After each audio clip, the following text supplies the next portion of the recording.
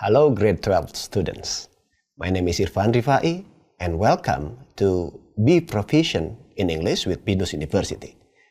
I will specifically guide you to learn more and to help you to improve your English proficiency through this very special MOOC project. Now, if you have met my colleagues in grade 10 and 11 materials, you have learned about some of the lessons and some of the learning outcomes. In this grade 12, you will also have some of the learning outcomes that you need to demonstrate. First of all, you will need to be able to use proper English expressions when you speak, when you write. Also, you are expected to be able also to modify short paragraphs when you write, even when you read, even when you speak. And then lastly, you should be able to evaluate your learning by the end of every lesson. Let's move to today's topic. Today's topic will be about visiting a foreign land. Now, I know that some of you perhaps have had the experience of visiting a foreign land. The thing with visiting a foreign land is you are very lucky if you can use your Indonesian, but chances are you don't.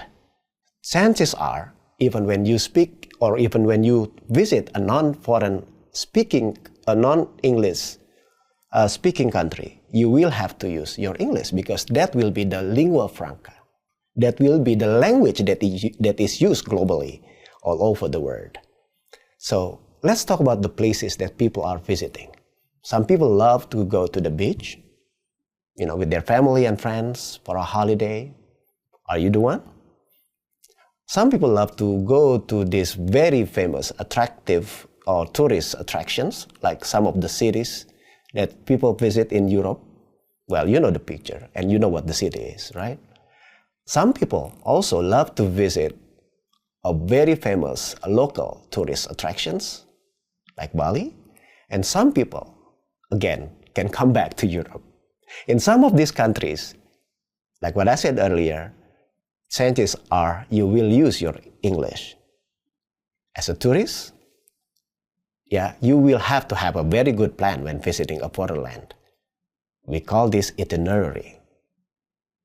What you are seeing right now is some of the things that you can do and some of the activities that you have planned to do in Bali, for example. Will you use English in Bali? Yes. But you will be lucky because when you go to Bali, people will speak Bahasa Indonesia. At least the natives there will speak Bahasa Indonesia. But in some countries, if you visit European countries, if you visit other Asian countries, or perhaps if you visit United States of America or even North America, you will have to use your English. And these are some scenarios that you will have to deal with. First, you need to make a hotel reservation. You will need to use your English. Then you go to try to find the best things to eat in that particular city that you are visiting. Will you use your English? Yes, you will. Unless if you go to Paris and then you have a little bit of French, then you can use your French. You can also choose, try to visit some places in the city, but there are some places that you would like to visit that are not available on the booklet, perhaps.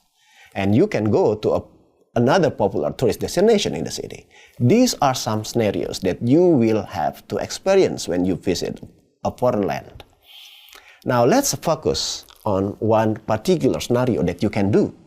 First is perhaps you need to make a hotel reservation. These are some of the vocabularies that you need to be familiar with before you reserve a hotel. Do you know what a single room is? Do you know what a double room is? Do you even know what a twin room is? You need to check this beforehand. You need to know whether you would like to reserve a double room, a twin room, or even they have a special name, a suite or a deluxe room. Some of these vocabularies that you need to be familiar with before you make a reservation. This is the kind of expressions that you will use. Some of the expressions that you will use when you try to make a reservation of a hotel. let's say that you have arrived in Paris, yeah, and then for some reason, yeah, you fail to book a hotel, and then you need to make an instant reservation. Then you make a phone call from the airport to a certain hotel in Paris, and then you call them. Hi, I would like to book a single room for 2 nights, please, if you are planning to stay for 2 nights. But if you are planning to stay like a week, then you have to be very clear about how many days or how many nights you will spend in the hotel. And then also, they will need to know the kind of room that you will reserve, that you will book. So you need to make it very clear the dates and the days that you will stay in the particular hotel. And you know what? The hotel will usually ask you some more information because they need you to be clear of your reservation. So they will ask questions like, how many people is the booking for? They will need to know the answer right away from you. Can you spell your surname yet?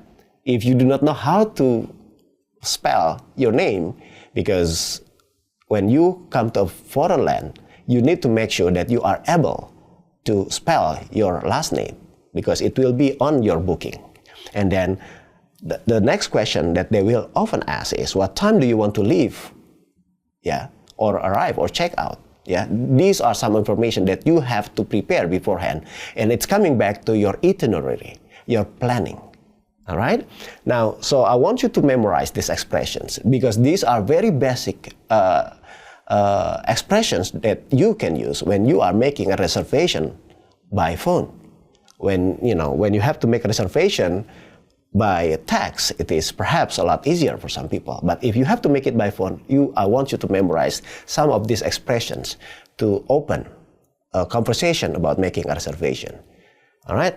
Now, these are some of the things that I want you to remember. Yeah.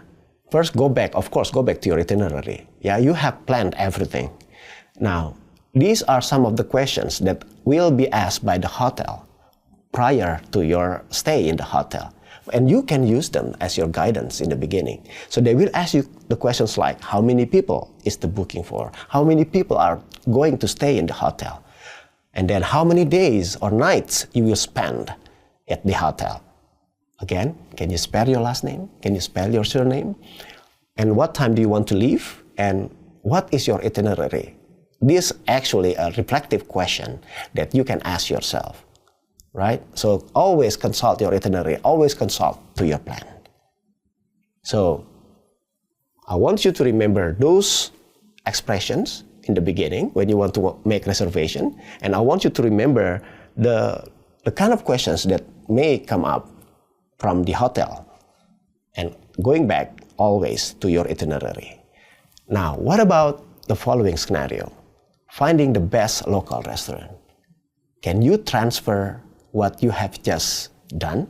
Can you transfer the experience of booking a hotel room or a reservation of a hotel into reserving a place or a seat in a restaurant, a very famous local restaurant? Can you do that? I want you to be able to transfer that, the same experience when you book a hotel room, yeah, with the experience, and try to do it in the context of reserving a hotel for you and your colleagues, your friends, or perhaps your parents to have a wonderful dinner in a fancy restaurant in Paris. All right? So by this request for you to be able to transfer, I would like to end today's this topics discussion, and we'll see you in the next topic. We will talk about a very good skill in writing. I'll see you soon.